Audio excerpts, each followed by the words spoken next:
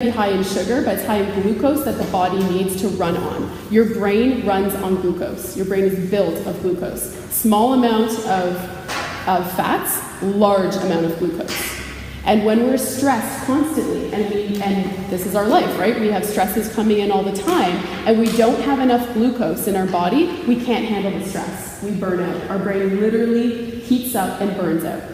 So glucose cools that off, which is why when you're stressed, you want to go for sugar, because it literally cools your brain. Okay? So we want a good amount from the healthy sources, which is fruit. So you're going to have your fruit breakfast. You could sprinkle some hemp seeds on there. You can have eggs. You could have eggs in a big salad. You could have a shake, right? So there's many different types of ways to get these foods into you. Sorry, when you say protein shake, is it the hemp's the protein? Hemp and chia, yeah. And the greens. Greens are one of the best bioavailable sources of protein. What about a glutinous whey? Protein, gluten-free protein. Okay, gluten-free protein? Yeah. Whey protein? Yes, whey protein. Okay, so again, I'm just the messenger. So, and going on with that, yeah. How big is the shake? The shake is as big as you need to feel sustained for an hour or two before you eat again, right? So for some of us, that's 2 to 3 cups of water, right? And that's where you have to decide how much food you need, right? My bowl of fruit might be a lot smaller than someone else's bowl of fruit, but I know that this is what my body needs because I eat until I feel satiated, right? So with whey protein powder, I have bad news about it. The process of making whey protein powder, in the process, creates glutamic acid. So it's MSG. MSG is in all whey protein powder. Even if it's from the purest source, from New Zealand, the cows haven't touched hormones. Unfortunately, MSG is in all whey protein powder. And like I said, MSG it's a really big precursor to Alzheimer's and to brain fog and to memory loss and to destroying our brain, let alone other tissues. So if we're looking to lose weight and we have any of these symptoms, I would say stay off of it, right? If you came in 100% healthy, everything's great, I would say, I wouldn't promote it, but I wouldn't say absolutely stay off of it, okay? So what do we replace protein powder with? Hemp seeds, chia seeds, and greens. That's how you're gonna get your healthy proteins, right? And then you just flood it with one of the best fruits to flood it with is wild blueberries. You can get wild blueberries frozen, and wild blueberries is a powerful healer for the brain, for all tissue that has been destroyed by heavy metals or viruses. It will go in, it will actually start to repair those holes, okay? It also is a powerful antioxidant, so it's gonna keep you healthy and alive longer. So if you could have blueberries on this reset every day, wild blueberries, I would highly recommend it. They are now at Loblaws. I think 2 days ago I bought them for $2.88 for a packet that was $6.99. So if they're still on sale, you can get 12 packets at once. I highly recommend that. Throw them in your freezer. And this is really cool. They're the only berry that when frozen is more effective than not frozen, because that's how it feeds the animals up in the tundra. Frozen. Yeah, I was going to ask about that because, I mean, it's cheaper to buy frozen any berry because berries are very expensive if they go through the law. Is it okay to buy frozen berries and they're just as effective? They're not just as effective, and yes, it's okay. Yes. I think you can actually get the frozen wild blueberries. That's what I'm talking about. Okay. Frozen wild blueberries. Frozen wild blueberries. Strictly wild blueberries, yeah. Throughout our, look, I have so much information to share with you. And I really want you to walk away with just, okay, what am I doing? How do I start this? Because, yes, tonight I want you to feel empowered. Over the next 28 days, you are going to hear from me in email land with all of this amazing nutrition information. So I'm going to try to share with you as much as I can. Tonight, I want you to walk away with knowing what exactly am I going to do starting Friday, because that's when we start. How am I going to eat? What am I going to eat for breakfast, lunch, and dinner, right? So, but I get so excited about all this information. So I will send you a great shake with those wild blueberries that you can have every day, okay? The shake will do nothing but help you to heal and lose weight, okay? So let's go back to what we're gonna eat. So we're gonna have water throughout the day, right? After our breakfast, on an empty stomach, ideally, we drink our water. if we drink our water with our meals, we start to dilute our digestive power, okay? So drinking water and tea away from meals is best. Lunch. What are you gonna have for lunch? Anyone? Can you think about, like, are you out, are you at home? What could you have for lunch on this? Thank you. That's your go-to. Yep. Something that's portable and. Yep.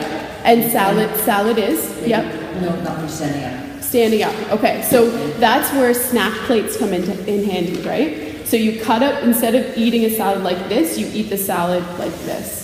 So you have your carrots, you have your cucumber, you have you can even eat greens like this. You don't have to eat them in a salad with oils, right? You don't. So we're thinking outside of the box here. We're starting to get creative, because if we stick to our old habits, then we haven't done anything in 20 days, right? So we're gonna break some habits. I'm gonna make you feel a little uncomfortable, push to your edge a little bit. So one thing I want to talk to you about doing is on Sunday nights, you're going to grocery shop for the next 4 or 5 days. You're going to menu plan for the next 4 or 5 days, and you're going to think about, okay, what am I going to eat? Katie's giving me, in the recipe list, she's given me like 15 different lunch options. I'm going to choose 2 from these. I'm going to go get the foods for these, and I'm going to maybe prepare some of these foods so that I have, because I know my schedule, and I know that I don't have time during the week to do this, so I have to do this on Sunday, right? And if I want to make it even easier on myself, I'm going to chop on Sunday. I'm going to chop all my vegetables, put them standing up in water in my fridge, so when I open my fridge, I don't say, oh, there's no food. No, I get to like snack on those pieces of vegetables while I decide what I'm going to have for dinner, right? That's one tip that never fails, and it works for kids. So a lot of moms say to me, oh my gosh, my kids are eating vegetables, because I cut them, put them in little containers, and so it's just an easy go-to versus a cracker or cookie, right? That's what we're looking for. We're looking for convenience. So if you can do that preparation on Sunday, you sit down with your book, you plan your menus, you even say, what am I gonna have for breakfast? Okay, I have to go get all that fruit. I have to find those hemp seeds. Where are these hemp seeds? They're in Loblaws in the health food section. Okay? So we're gonna do that, we're gonna take that time, and I'm asking you to start Friday, which means that tomorrow night, you're gonna sit down with your book, and you're gonna start menu planning even just for the weekend, so you can get a start to Sunday, okay? So Friday, Saturday, Sunday, you have some food. So that's tomorrow, you're gonna be looking through this. But in general, yes, salads for lunch. You can add some protein in there, you can have some fish, you could throw in some chicken. If we're used to eating cheese, again, cheese, if we're eating it daily like this, it's high caloric, so it's giving us some energy, and it tastes good, but it's also easy, right? So then we have to think, okay, what can I replace that with? And my hope is that it's going to be vegetable sticks with some dip, right? So you can get the calories into you, you can get the nutrients into you, right? So these are just some small changes, but they make a world of a difference in your health. Have fruit on hand. My fruit bowl is always piled, and if it starts to diminish at all, I go to the grocery store, because it makes me happy knowing I come home and I see an abundance of food. Right? If I open my fridge and it's depleted, I'm like, oh, like I already feel hungry looking at an empty fridge. So I always have my celery, I have all my vegetables, I'm growing my lettuce right now, so I have all my greens in my garden, but your greens, all of it, right? I open my freezer and it's full of all my blueberries. So when you do that prep, you're gonna succeed, okay? If you're used to doing things on the fly and eating out, it's really hard to succeed. I'll just be honest with you. It's really hard to succeed on this. So this is where I'm giving you that nudge to step out of your comfort zone, to get that, go grocery shopping tomorrow night, write out what you're gonna get, and you'll already feel better about it. You'll feel like, I can do this. The food's here. Now you go to work. How are you gonna bring your lunch with you? You have to have containers. Buy containers. Go to Walmart or go to Canadian Tire. Buy some glass containers, right? Put your little containers in your fridge with your lunches, with your snacks. You take them with you. Boom, you have food on you. I have to do that. I teach, I'm out of the house. I have to have my adrenal snacks with me. In between clients, I'm eating that snack. At the end of a session with a client, I'll put a celery stick in my mouth, and then they'll ask, what are you doing? But I mean, you have to take care of yourself, right? And sometimes that means you're gonna eat in situations where you might not want to eat, but you have to, okay? Dinners. This is the deal with dinner. I see this day in and day out. with nutrition clients, dinner ends up being the biggest meal because we forgot to eat enough during the day. It's not good.